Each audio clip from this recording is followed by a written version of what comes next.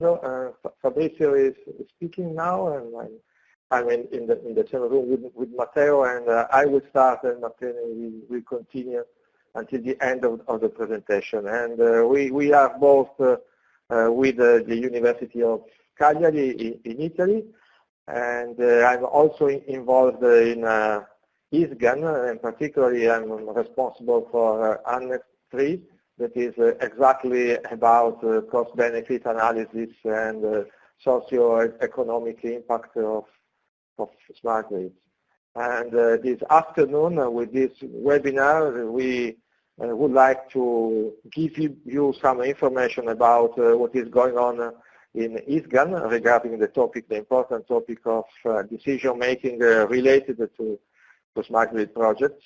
And this is also a way to make a kind of advertisement. If you are interested to our activities in ISGAN, we are very happy to welcome you on board.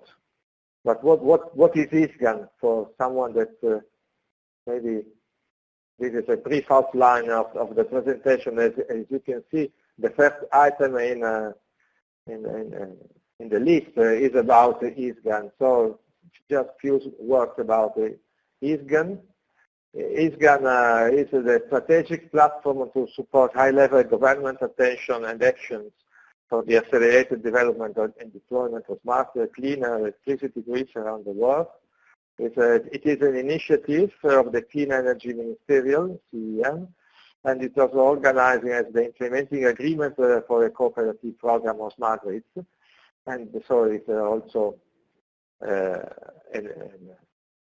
something that depends on IDEA, the Energy Technology Network in particular. And the CEM is the only multilateral forum dedicated exclusively to the advancement of clean energy technologies and related policies. And ISGAN is the only global government forum on smart grids. And about the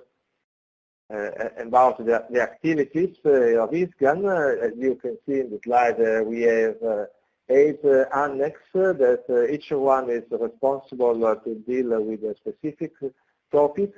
And so we have Annex 1 that is about the global smart grid inventory. We have Annex 2 that is about case studies related to smart grids. Annex 3, that is the annex that I chair, is about cost-benefit analysis and toolkits for dealing with cost-benefit and decision-making. Then we have Annex 4, Insight for Decision Makers, and Smart Grid International Research Facility Network. It's about facility and facilities and laboratories. And then we have Power and Transmission and Distribution Systems, Annex 6, and Smart Grid Transition, Annex 7. And finally, Annex 8, that is the Smart Grid Academy, the ISGAN Smart Grid Academy, that is the organizer of this webinar. And just to give you an idea of how many countries and institutions are now involved in ISGAN. And as you can see, all the world is covered by ISGAN. So now I think that it's time to start with the presentation, and just a few words about the context and the motivations. And well, the smart grid transition is something that is really a reality now, and there are some key drivers. Everyone knows that we have environmental and regulatory pressure for smart grids, and the market liberalization is a reality in many countries, and the security of supply and quality of services are something that we do want to achieve in our systems, and we don't have money to rebuild everything, and so copper investment postponement and using and exploiting at maximum level existing assets is another key driver for smart grid. And we are depending more and more from renewable energy sources, and we want to do more in Europe and in many countries in the world. There are so many programs for increasing the level of renewables. And another important point is that in order to manage so much not programmable and dispatchable energy sources, we need to add to the system a lot of flexibility, much more than in the past, and we should leave the load following paradigm towards a more modern and more difficult generation following without changing our habits. And so flexibility with storage, with electric vehicles that are another kind of storage, with active demand participation are all things that require smart grids in place. And so the challenge is the complexity is increasing. We need to integrate effectively distributed energy resources, and we need a dynamic optimization of grid operation and resources. And we should incorporate in our systems demand response. And for sure, we want to have self-healing, more reliable and more resilient systems. And we need to increase cybersecurity and interoperability. And that means that smart grid is really a complex topic that requires an holistic approach. And so it's so complex that there is the need of a huge amount of investments, and so this is the most important point for cost-benefit analysis. The question is how to allocate efficiently the budget for innovation and for smart grids particularly. Smart grids, as you can see here, typically can enable a lot of a wide range of services, and those services have high and significant socio-economic impact, and so a wide range of impacts, a lot of indirect and side effects, a lot of intangible impacts, and we have few data because we have just started, and we have a lot of uncertainties. So that means that not only monetary aspects are of interest. And let's think about environment as a clear example of something that is not really only about money. And then we have the difficulties to allocate the impacts and benefits. And quantify with money all impacts is not always simple. Or if we try to do, we have to do so many assumptions that in some way we change the accuracy of typical cost-benefit analysis. And finally, most important, all these decisions are to be made under an increasing level of uncertainties, much more than in the past. And so that's another point to think about. Which is the scope of decision making is something well known. Well, we have to identify the best, or let's say the best option in a limited list of design options. And so we have to assess the different options and the performances. So it's a question of metrics, how to measure the performances. And then we have to find a good compromise, since this decision making is not only about one stakeholder in the context of smart grids. It's different from a company. If you work in a company, you know exactly which are the stakeholders. But if you are talking about smart grids, the stakeholders are many. We have the society, we have a lot of companies, we have people, and we have politicians and governments and many stakeholders, and each of them has different goals, so we have to find reasonable compromises in order to identify which is the best option. And finally, we can conclude that under the umbrella of smart grids, we do need effective tools for complex decision-making problems in order to identify where it is better to allocate resources for development. And one very well-known tool or methodology for analyzing for decision-making is the cost-benefit analysis.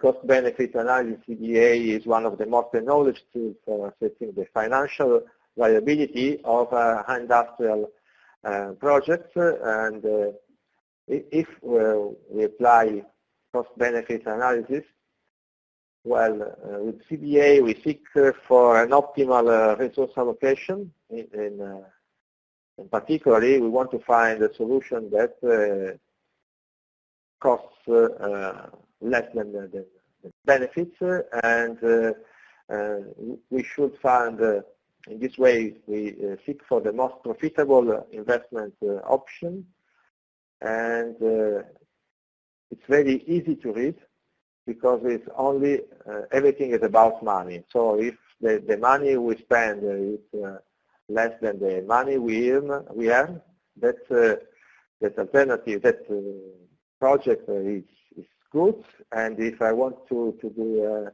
a ranking, it's quite easy to do a ranking because the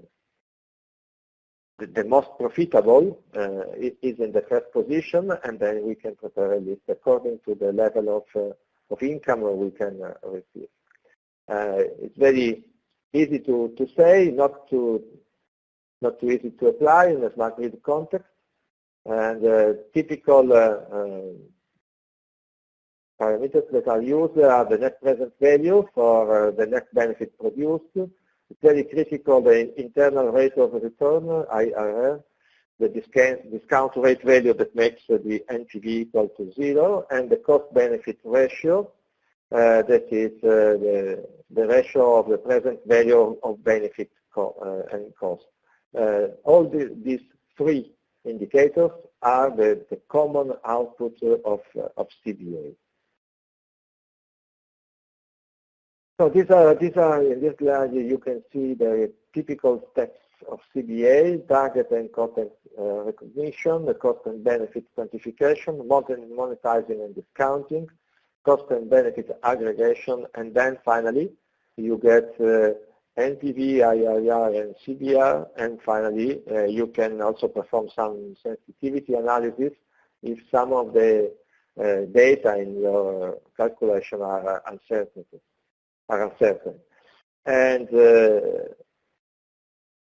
CBA has been applied for many years in companies, and recently CBA is used also for allocating public money, and there are many regulatory frameworks in the world that require a positive CBA for approving a project. In Italy, for example, cost-benefit analysis is now applied to investments in the transmission system. The TSO, if the TSO proposes a new investment, the proposal should come with a cost-benefit analysis in order to justify the investment. So it's the same for smart meters, and cost-benefit analysis is really becoming crucial for many investments, particularly in power systems.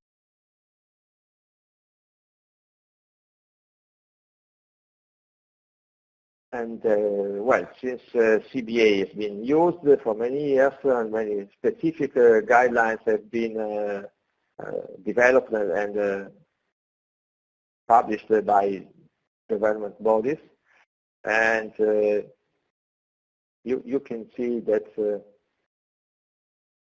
we can immediately see that if we try to apply CBA for very big projects that affect country or large part of the country, CBA has some drawbacks and shortcomings. And the first problem is about the quantification. Quantifying intangible impacts are not clearly quantifiable, and so we can do only some qualitative assessment. Monetizing, this is another point. The monetization of everything related particularly to smart grid is not that easy, and there is the risk of misrepresentations. And discounting of intangible impacts appears unsound because it leads to an increased burden on future generations. It's something that is really happening now because we are destroying our environment and we are leaving the burden on that on the shoulders of next generation. So something that is very difficult to deal with a simple cost-benefit analysis. So cost-benefit analysis is very good for decision-making applied in the private sector. People is involved as a customer. Goods and services are exchanged within a market. Tangible impacts are the majority, and the investor target is simple, just maximize the profits. And if we try to apply CBA, pure CBA, to a public sector, and people are not customers, are citizens and our taxpayers, some goods and services do not have market. Intangible impacts are not negligible, and investor target is maximize the efficiency and the effectiveness of investment, not the profit. And key issues for applying in the context of smart grids cost-benefit analysis is to obtain an effective classification of impacts. And there is a high risk of double counting, and this is very, very important to think about.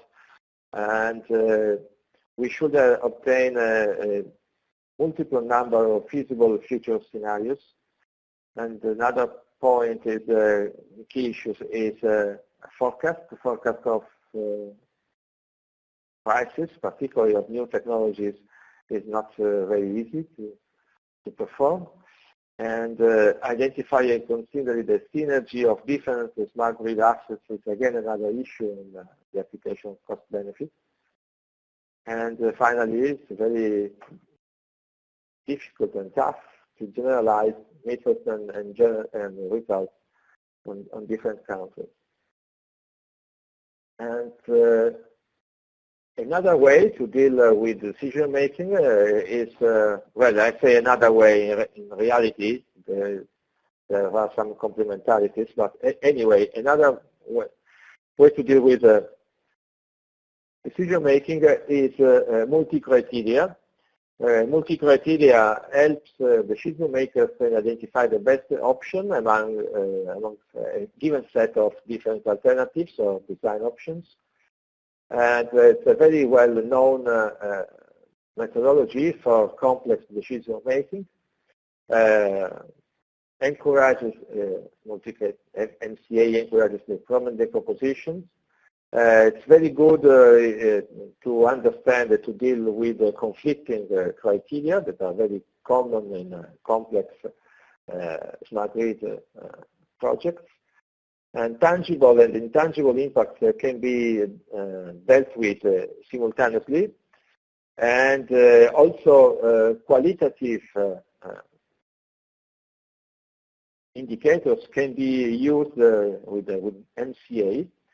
And we can directly include different point of views, different stakeholders in the evaluation process. And it's very good for the application of probabilistic models. So this is MCA. And MCA is a very well-known methodology, and the main there are many different techniques that have been developed, but we can try to split into two different families. One is the multi-objective design making, MODM, that design a set of optimal solutions by minimizing the objectives. And the other one is multi-attribute decision making that finds the best alternative among an explicitly known set. And the steps for the application of MCA and ADM is again target and context recognition, identify the alternatives under analysis, identify evaluation criteria, scoring of alternatives, weighting of alternatives, score and weight combination, result analysis, and, if it is necessary, and sensitivity analysis with reference to the most uncertain and significant elements of the project. And regarding MADM, you can see here a list of different approaches: the full aggregation approach, FAAA, the outranking results, OM, and the goal aspiration approach. And to the right column of this slide, you can see also some algorithms and tools and even software that can be used for for solving decision making with reference to each one of these big families.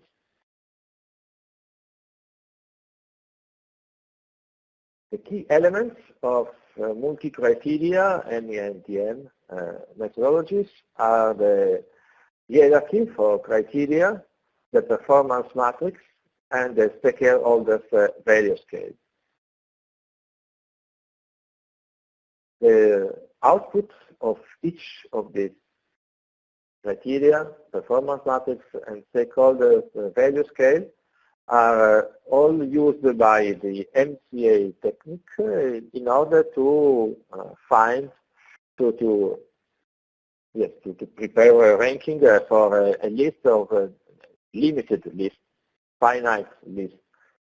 This is a clear difference between multi-criteria and multi-objective, and this is about the number of alternatives. If you have a limited list of options, then we are in the field of multi-criteria, and multi-criteria analysis is capable at the end to give a classification and ranking of a list of projects.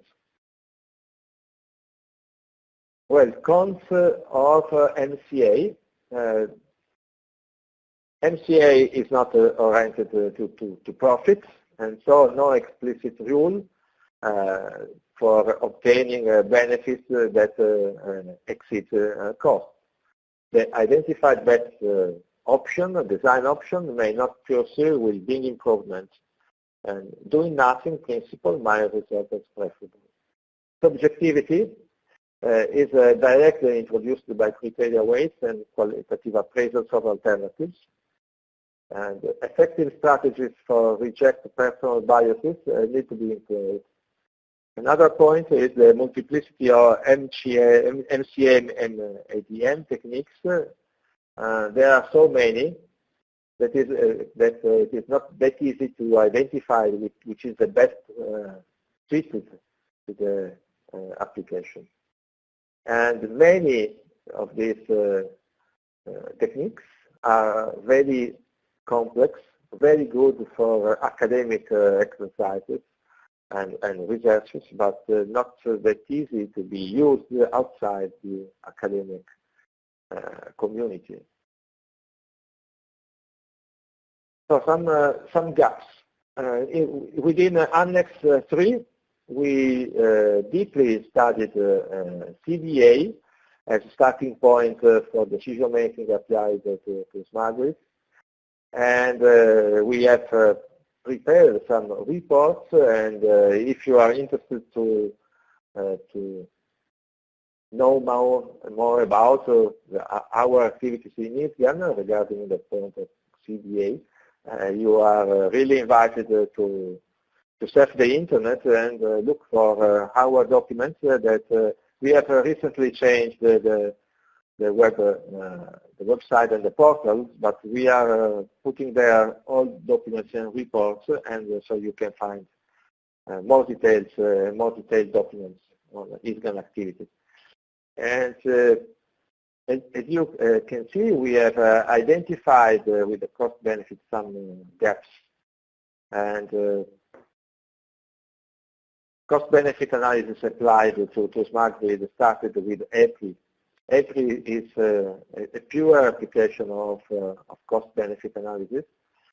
And from EPRI, there are some interesting activities. As you can see, GRC, the European Joint Research Center, changed a little bit from EPRI, and as you can see in the diagram, it is less quantitative than EPRI, since EPRI is only, again, based about money, and GRC tried to contaminate a little bit CBA with other techniques like MCA. And several methods applied are specific for case studies. Several other methods are general, and GRC and EPRI are examples of that.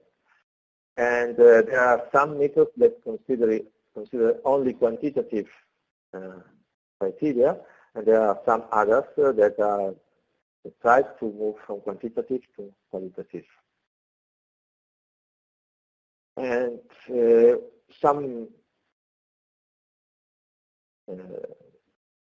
application of decision-making and cost-benefit analysis, some examples, and which is clear is that we need a large amount of input data for this kind of studies, and the analyst, high analyst know-how is very important, and another gap and weak point is that we have low replicability, and so it's very difficult to replicate one CBA from one study to another one, and difficult to replicate on different contexts on different assets.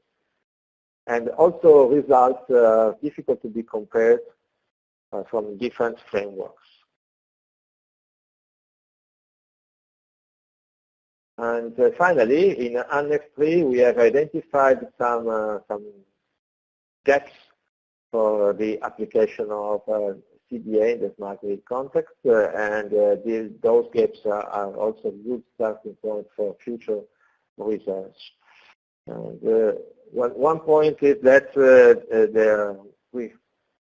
we have limited feedback from real smart grid projects, and so it's very difficult to get data for studies, and it's very difficult the application in different contexts. So this is one point.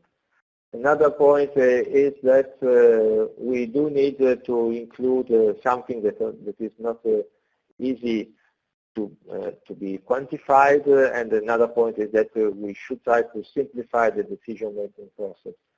And so the result and the recommendation is try to improve novel methods based on CBA and multicriteria. And another interesting point, particularly it is being stressed in Sweden, it's very interesting, is that when we do CBA, maybe we can find that the project is not convenient, but what is really could be really useful is finding the way on how to identify what is the weak point of the project, and how can reuse that study for improving a project that is not really good enough. And another crucial point is that uncertainty and also regulation, how to deal with uncertainties, how to deal with regulation and decision making. And particularly the level of uncertainties is getting so high that the sensitivity analysis is not enough. And so we have to improve our methodologies on that. And I think that this was just to give you a picture of the main differences between CBA and MCA. And now is the time to go in the second part of presentation, and this is about the combined approach of both techniques, and also to see some example of applications. And so now the word and the floor is to Matteo. Please, Matteo, you can start. Hello, I'm Matteo, and I will speak about how to combine MCA and CBA in order to have a combined approach for improve the smart grid analysis. As previously introduced, the CBA and MCA are tools for supporting decision making, and those tools are different because they are based on different philosophies. As can you see, CBA has the main positive aspect the fact that it is rigorous and rational, and it is characterized by a formalized procedure, and also it is widely acknowledged since it is has been used many decades ago, and but has main negative aspects. CBA seems not so suitable for large projects, because it is difficult and expensive to be exploited, and it requires a lot of data, and it is impossible to assess soft effects. On the other side, MCA is characterized by a very flexible approach, and it does not require monetization of impact.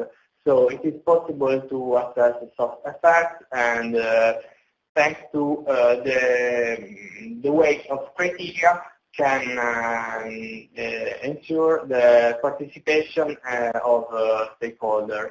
But this tool can introduce an excess of subjectivity, and if it is not well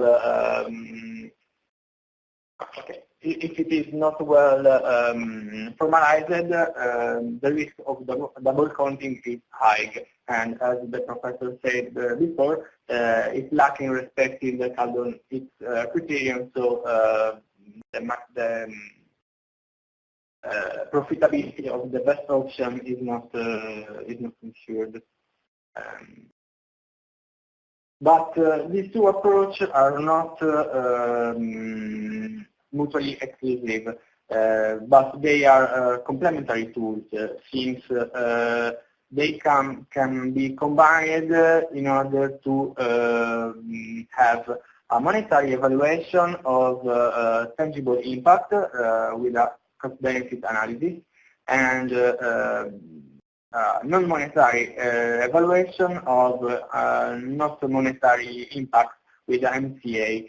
In this way, with this combined approach, it's possible to relieve the respective loss by emphasizing the respective strengths of those methods.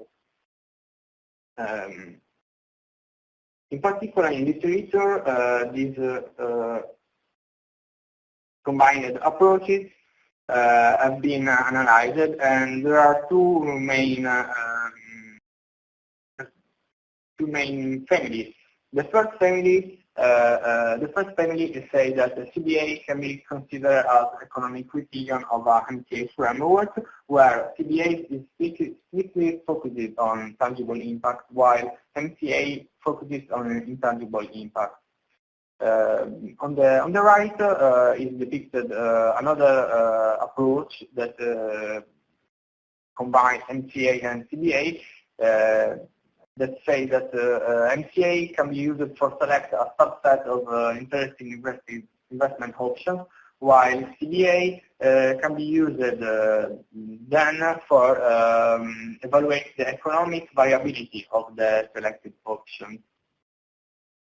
Now I will present MCA-CBA approach for smart grid assessment that has been developed within the Annex 3 activities. And this combined approach completes with the international guidelines on project assessment as the guidelines divided by JRC that try to extend the CBA analysis of EPRI by including some technical impact on smart grid. And the approach that we present formalizes those guidelines, introducing the evaluation on three different areas: the economic assessment, the smart grid deployment merit assessment, and the externality impact assessment. By combining these three evaluations, we can obtain an overall evaluation of each project on smart grid. And in more detail, the decision-making problem of identifying the best option is decomposed by a hierarchy of criteria in which the three branches are independent, and these branches are similar since they have more than one layer, and each layer is defined according to the principle of abstraction. And the first branch is focused on the evaluation of monetary impact, and the lower level of the branch is characterized by the terminal criteria. In this case, the terminal criteria are the economic performance indicators that are produced by a CBA. So the net present value, the internal rate of return, and the cost-benefit ratio. So this framework requires a cost-benefit analysis of the alternatives under analysis, and this CBA can be made according to international guidelines such as EPRI or JRC. And obtain a positive CBA evaluation may represent a requirement for defining a limited subset of projects to be further analyzed by the MCA framework. The second branch is assess the contribution toward the smart grid realization given by each project option. This branch is defined on the basis of the JRC guidelines, in which are defined several policy criteria that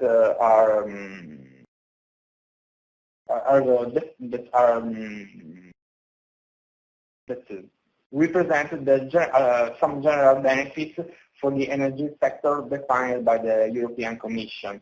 And each policy criteria is related to several key performance indicators that are the terminal criteria of the branch.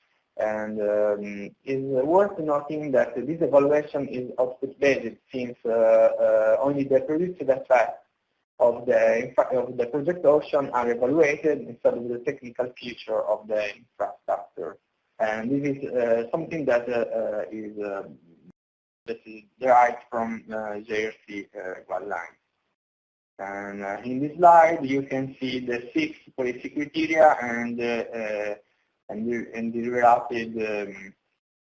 the related key performance indicators, for example, the security and quality of supply can be evaluated by considering 5 KPI and, for example, the voltage quality performance.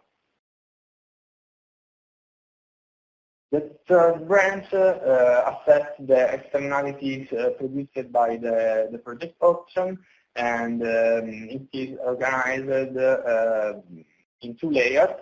In the upper layer, we have thematic areas that are useful for group different single impacts, and the count of the alternatives on are measured by qualitative and quantitative index that are related to each single impact.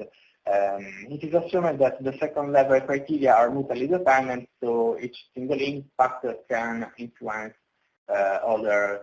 more than one thematic area. Now I will introduce a case study where we use the MCA-CBA framework for analyze some distribution green planning alternatives. So we study a set of active distribution network planning options that has been divided for using a multi-objective algorithm, and each of these planning options consists in traditional network reinforcement and in fitting and sizing of distribution energy storage as non-network solution. Each alternative has a time horizon of 10 years, and the topology of the network is considered as fixed, and for each bus we considered a load growth rate of 3%. And operation has been evaluated by a probabilistic load flow.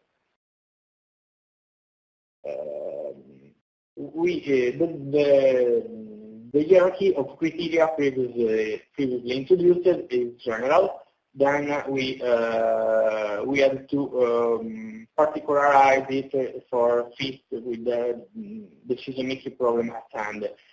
So in this case, we choose to have just one economic criteria, that is the net present value, that has been considered by a particular CBA that encompasses only network reinforcement cost for line and substation upgrading, the cost of reactive power exchange with the transition system operator, and the cost of distribution energy storage device. So this is the investment by batteries and for operating.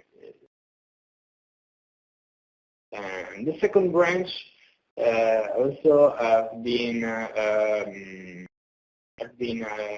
modified. We found 3 policy criteria with the 6 related KPI.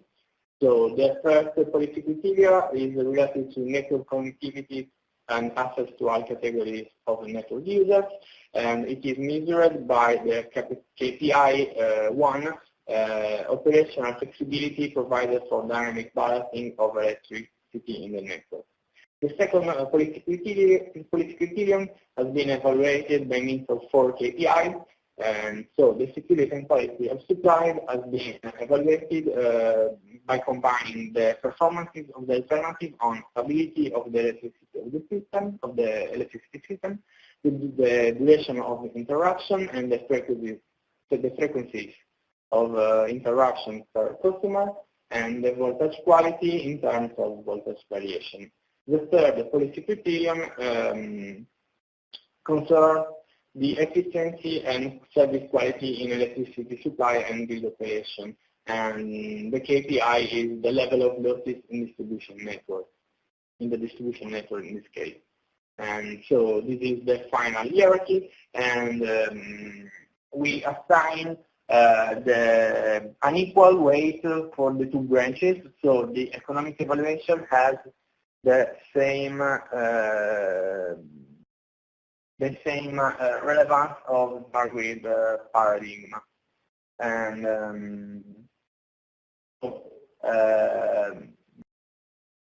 we evaluate the weight of each terminal criterion according to the hierarchical composition principle by giving the same relevance on criteria that belong to the same level. We have in this slide the performance matrix, so each KPI is a key performance indicator. So on the right, you can see the formulas that we use for evaluate each value that you can find in this matrix. We have 5 alternatives. The alternative 1 is the baseline scenario, and the alternative 5 is the alternative that has the higher net present value. And you can see in the second part of this matrix is related to key performance indicators. You can find in this slide the formula, so I will be fast here. Okay, and this is the result of the evaluation. We use a methodology that combines the principle of analytical hierarchy process, and by automatizing it, and we obtain this result where the alternative A5 is the best one, because it achieves the higher overall score when both branches has the same relevance.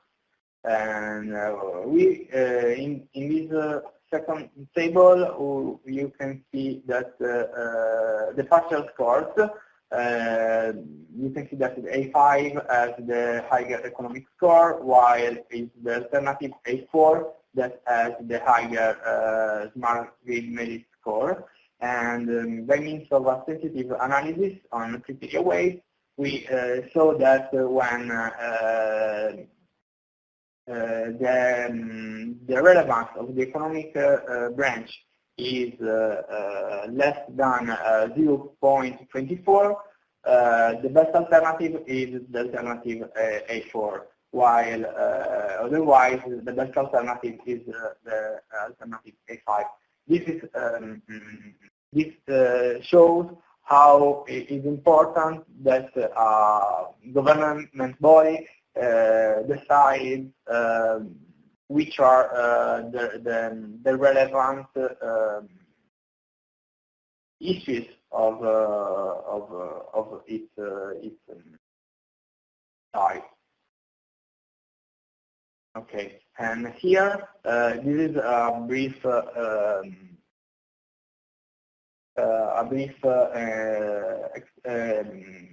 description of 3 real cases of cost-benefit analysis and multicriteria analysis combined. For example, these 2 methods combined have been used by the Italian regulator for understand when remunerate DSOs for operating storage for network issues. Multicriteria analysis has been used for evaluate smart grid demonstration projects in China and Singapore, and also within the Annex 3 we developed an investigation about the Italian smart metering infrastructure.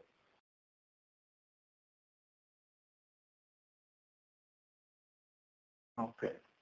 Now I will conclude that smart grid generates wide range impact which outclass the power system borders. So a new assessment approach for properly considering the potential of smart grid technology and their effect on society is required.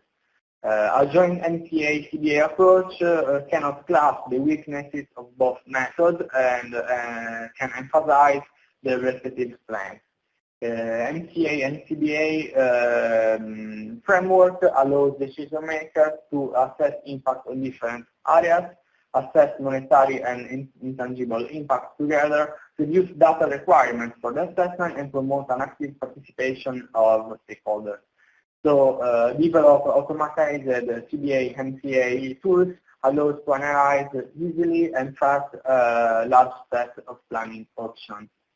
And the future work on this topic are a lot because we are just the beginning, and for promoting smart grid we need a simple and shared framework for project assessment in order to encourage the comparison of projects among different regions in the world.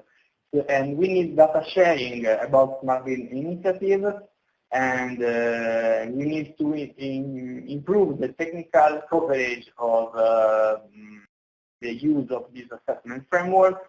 We need to better consider uncertainties and to develop common feasible scenarios.